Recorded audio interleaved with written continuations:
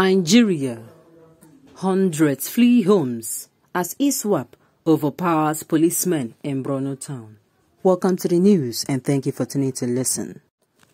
Hundreds of civilians fled their homes when suspected fighters of the Islamic State in West African province ISWAP attacked Dambora town in the southern part of Borno last night, sources said. It was learned that the ISWAP fighters rode on utility vehicles to storm the town at about 5:30 p.m., raining bullets on air as civilians ran into bushes. An aid worker who did not want his name mentioned disclosed that they had heavy gunshots and there was confusion everywhere because it was already getting dark when the insurgents penetrated the town. Hundreds of people are in the bushes as we speak now. The heavy gunshots were scary and there was a state of confusion in the town as women and children were crying. They entered into the town, but some policemen said they voluntarily left after about an hour of gunfire. We are safe now. The situation is calm as of 7:45 p.m. except for one or two shootings by the military, the source said. His security sources spoke to a correspondent said the attackers, who came with several anti-aircraft guns (AA), attacked the mobile police base and overpowered the riot police before moving into the town. They came with several AA guns mounted on utility vehicles, shooting heavily and attacking the mobile base, but unfortunately they overpowered the police before entering the town. I can confidently tell you that they did not attack the troops from the Nigerian Army 25 Task Force Brigade in Dambora, the source added. This came less than 24 hours after the group also attacked Quara village in Chibok, where 4 soldiers were severely wounded and 1 armored personnel carrier was burnt down with a gun truck equally stolen from the troops. Our correspondent could not ascertain the level of destruction and casualty figure on both sides as of the time of filing this report. Another sad news. Another sad news. Another sad news, in the breaking of the dawn. This happens on a daily basis, and yet I do not understand how sometimes there's some news you hear, and when you look at this said administration, or the way some people this particular issue is not important, you keep asking yourself, how these people sleep? How do they sleep at night? This is happening in your region. You are supposed to be very, very, active and making sure that this particular issue is treated as is arrested the way it should be. But unfortunately, do you know what is important?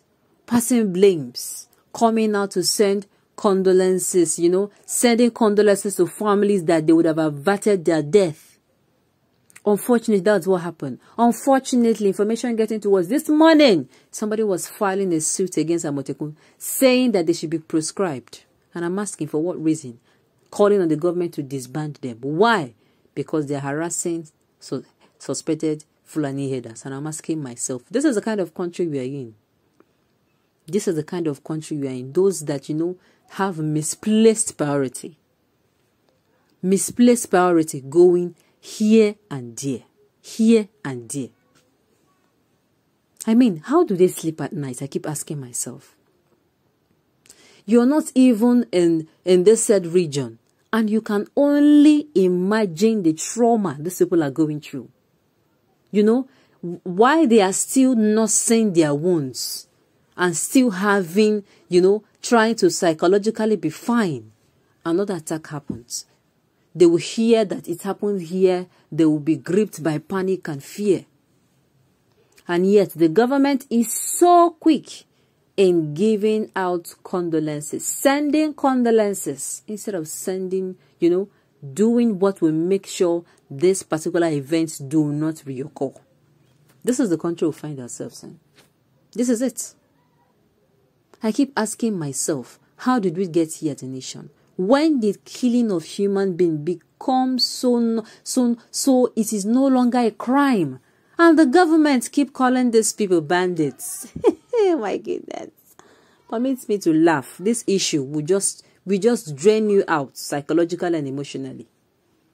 I've said it, if you want to commit suicide, you don't need to go far. Just come to Nigeria. The news we hear on a daily basis will psychologically kill you before physically killing you. Sincerely.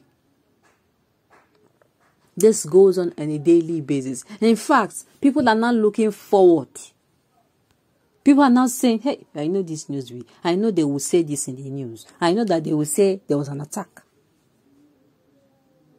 It has been a very long time when the citizens of Nigeria heard news that elevated their spirits.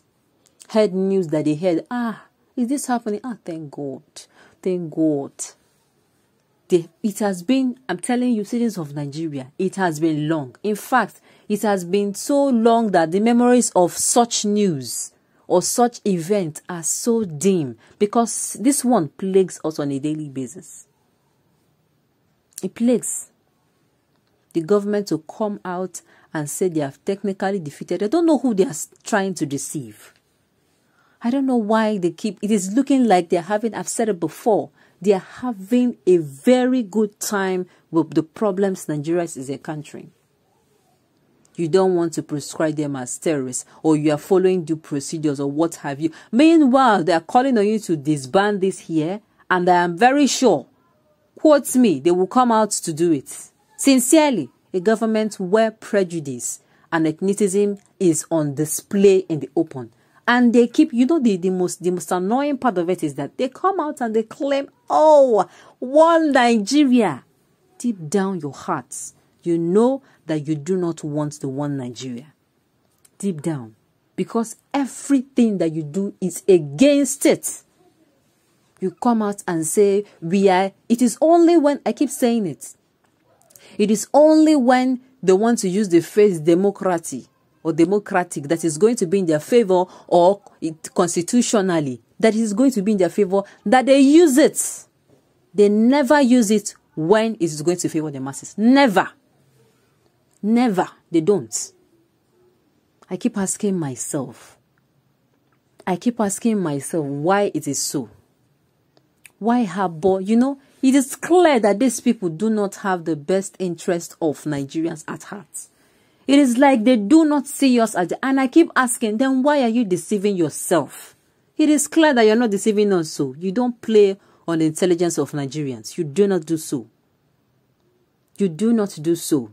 If you think you're deceiving Nigerians by coming out to say one Nigeria, meanwhile you are so ethnic and tribalistic, and you use religious sentiment in tackling issues. I tell you, deep down, you are deceiving yourself, not any other person.